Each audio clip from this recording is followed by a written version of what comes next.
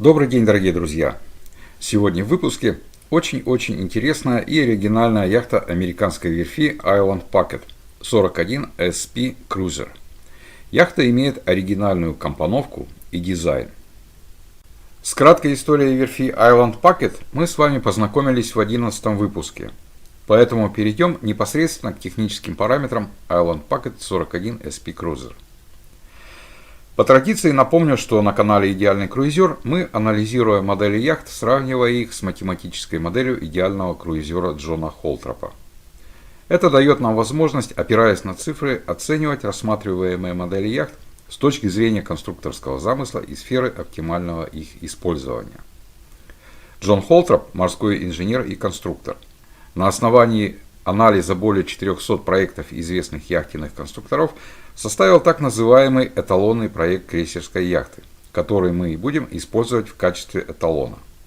В эталон также вошли показатели, предложенные Яхтенным гоночным союзом США и Обществом морских инженеров SNAME. Итак, Island Packet 41 SP Cruiser. Дизайн Боб Джонсон. Материал корпуса Fiberglass. Данная модель выпускалась с 2007 по 2015 год. Сегодня верфь выпускает новую модель мотосейлера 42 МС. Тип парусного вооружения – Masted шлюп. Тип киля – Long Keel и пероруля со скегом. В конструкции киля и скега есть очень интересная и полезная деталь. По низу киля к скегу идет защитная планка, которая заканчивается за шарниром пера руля, что практически гарантирует, что ни винт, ни перо руля не зацепится за сети или растянутые веревки. Во всяком случае, такая конструкция сводит вероятность этого к нулю. Яхта имеет большую рубку закрытого типа. Вход в рубку с кормы через распашную дверь. Несмотря на очень большие иллюминаторы в высокой рубке, яхта смогла получить сертификат CE-класс Ocean. Одна из ключевых особенностей этой лодки – наличие двух кокпитов. Один находится на корме, другой в носу между мачтой и рубкой. Там можно отдыхать на стоянке, либо на ходу в хорошую погоду. Нельзя не отметить наличие купальной платформы, которая по сути является продолжением корпуса, а не отдельной конструкции. Рулевая система этой яхты настроена таким образом, чтобы рулевой практически не прилагал усилий. Это удобно не только человеку в круизном плавании, но и автопилоту, который расходует меньше электроэнергии и меньше нагружается, экономя ресурс. Рулевой пост 1 в рубке. Привод винта, шафт. Имеется носовая подрулька. Мачта стоит на киле. Вход электропроводки в мачту находится внутри лодки. Двигатель дизель Янмар мощностью 110 лошадиных сил. Емкости. Объем бака для воды 492 литра. Объем топливного бака 833 литра. Цена на яхту ориентировочно 200-250 тысяч американских долларов. Основные размерности. Длина корпуса по палубе 41,8 фута. Длина корпуса по КВЛ 39,75 фута. Ширина корпуса максимальная 12,75 фута. Осадка 3,33 фута. Водоизмещение 23 тысячи фунтов. Площадь парусности 714 квадратных футов. На индикаторе, как и всегда, зеленая зона – это значение, соответствующее значениям для идеального круизера. Левый зеленый флаг – минимальное значение эталона. Правый зеленый флаг – максимальное значение эталона. Прогресс отображает значение показателя на индикаторе. Цифра справа – значение показателя. Первый расчетный показатель – фактор энерговооруженности. Чем легче судно и чем больше площадь парусности, тем выше этот показатель. Показатель не зависит от длины корпуса. Для Island Packet 41 SP Cruiser значение фактора энерговооруженности равно 14,18. Значение меньше, чем у эталона. Добавим плюс к условному комфорту. Следующий показатель – фактор водоизмещения. По своей сути показывает отношение водоизмещения к длине яхты с учетом коэффициентов. Значение 163,48 значительно меньше эталонного значения. Лодка относительно легкая. Добавим плюс к условному драйву. Фактор комфортности. Чем больше значение этого показателя, тем мягче и комфортнее лодка движется в море.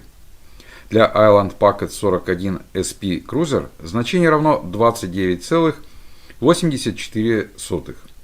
Это немного меньше, чем у эталона. И это плюс к условному драйву. Риск опрокидывания. Критическим считается значение 2 единицы. На индикаторе это значение помечено красным флажком. Значения меньше 2 считаются хорошими.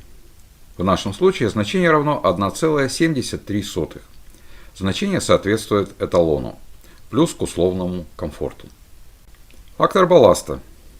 Рассчитывается как отношение веса балласта к водоизмещению и является одним из показателей остойчивости. Значение 217 тысячных значительно меньше эталонных значений. Добавим плюс к условному драйву. Стройность корпуса. Рассчитывается как отношение максимальной длины корпуса к его ширине и характеризует относительную ширину корпуса. Чем меньше значение, тем корпус более относительно широкий. Для Island Packet 41 SP Cruiser значение равно 3,22. Это означает, что корпус немного более относительно широкий, чем у эталона.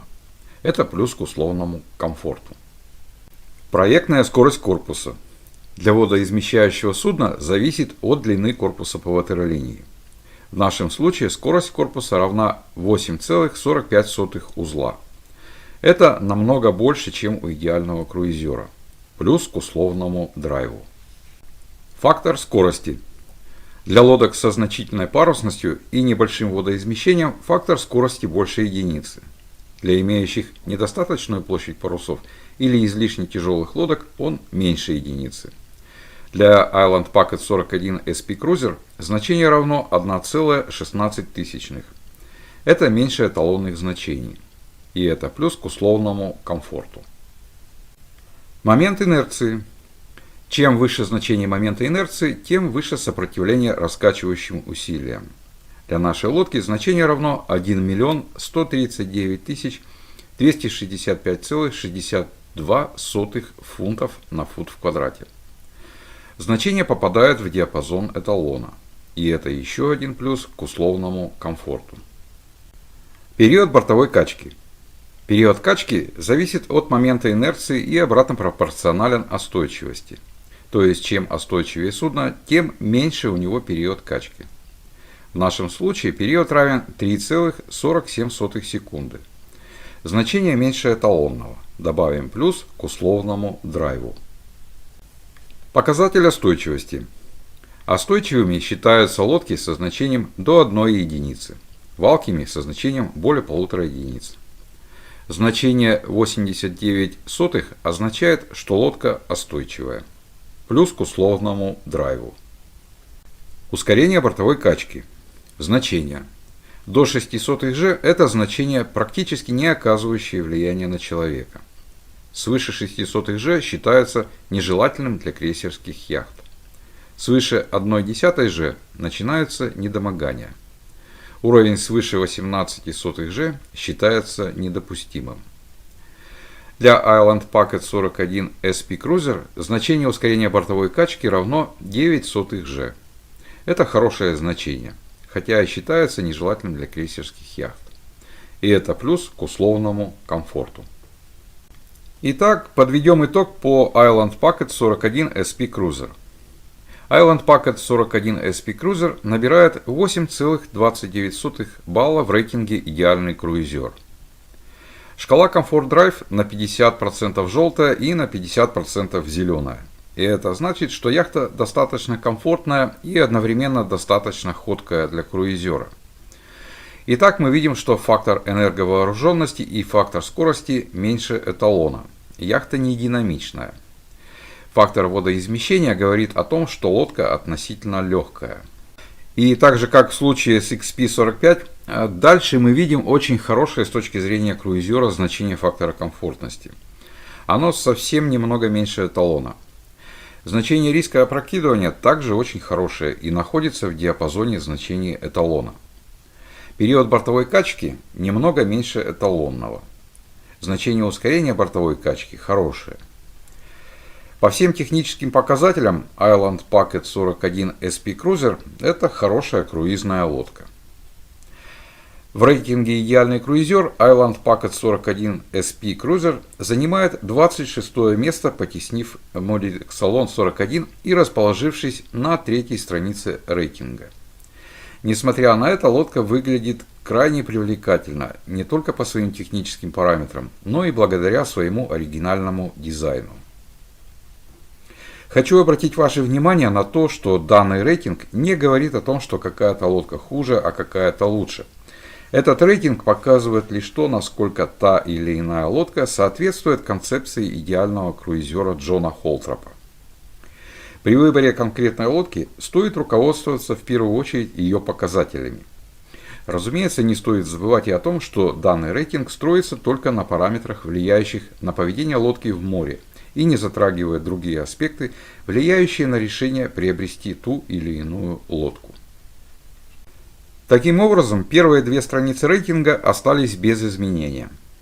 Итак, на первой странице рейтинга Halbert Crassi 42F Mark II, Pacific Seacraft Krelok 44, Pacific Seacraft 37, Baba 40, Nayad 440 Mark I, Hans Christian 38 Mark II, Island Packet 40, Halbert Crassi 352, Tachao CT 41 и Colvik Victor 40. На второй странице Trintella 4, Sirius 40 DS Twin Kill, Cherubini 44 Catch, Nauticat 40, Trintella 57A, XP 45, Nauticat 331, Fisher 37, Halbert Crassi Rasmus 35 и Amel Super Maramu 2000. Все страницы рейтинга можно будет увидеть в очередном выпуске «Ямайский ром. Бургундская ваниль». Благодарю зрителя канала Анатолия Федорова за предложение рассказать о технических параметрах Island Packet 41 SP Cruiser.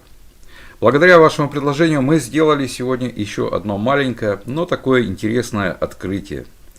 Мир яхт не перестает удивлять, и это классно.